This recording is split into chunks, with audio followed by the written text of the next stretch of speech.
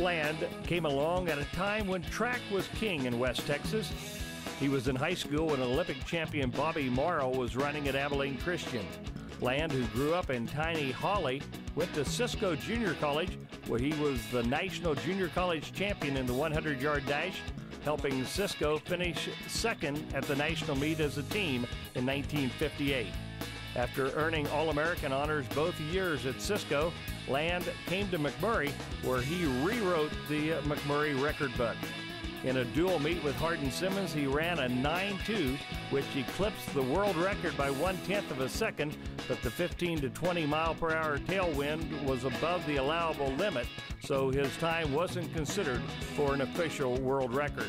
He won first place in both the 100 and 220 at the NCAA Midwest Regional Meet in Cedar Falls, Iowa in 1960. Land qualified for the 1960 Olympic trials in 3 events, the 100 and 200 meter dashes and the long jump. But an injury at the NAIA National Track and Field meet kept him from qualifying for the 1960 Olympics in Rome. Land was listed in Track and Field News as one of the top 10 times in the world in the 100-meter dash for 3 straight years and won gold medals in most of the major meets across the country, including the Texas Relays, Kansas Relays, Border Olympics, and the North Texas Relays. He received a special invitation to the 100-meter dash at the Coliseum Relays in Los Angeles. Land said it was remarkable the coaches he had. Nig Womack was his high school coach at Hawley, Grant Taft was his track coach at McMurray, and P.E. Shotwell and Herschel Kimbrell also worked with him there. All 4 coaches are in the Big Country Athletic Hall of Fame as well. Land later served as an assistant to Taft in 1964 and 65. Taft, the former Baylor head football coach, who is now the executive director of the American Football Coaches Association, recalls Land, the talented sprinter who ran for him at McMurray. I'm Grant Taft. I had the privilege of coaching Bruce Land at McMurray College. Bruce probably didn't have the privilege for running for me.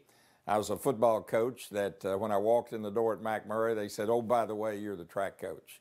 And I said, "Well, if I am, we're going to have a great track team."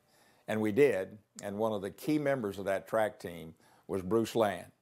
Bruce Land was one of the greatest young men that I ever had the privilege of coaching because he actually listened. He actually did the things that I had found out from others, how I could make him run faster. And run faster he did.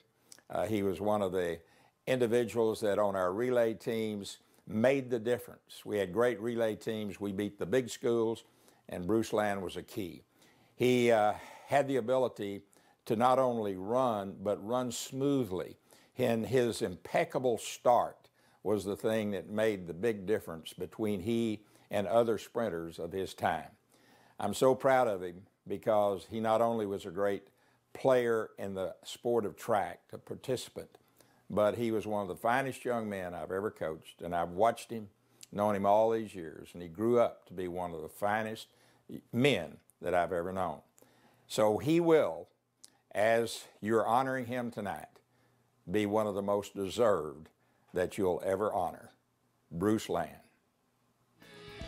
Land won many championships later as a coach in track, football, and cross country.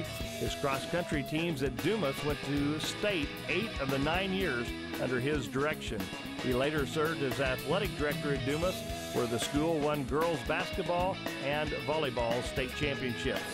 Bruce Land, one of the greatest sprinters to come out of the Big Country, now joins his former coaches Nig Womack and Grant Taft as a member of the Big Country Athletic Hall of Fame.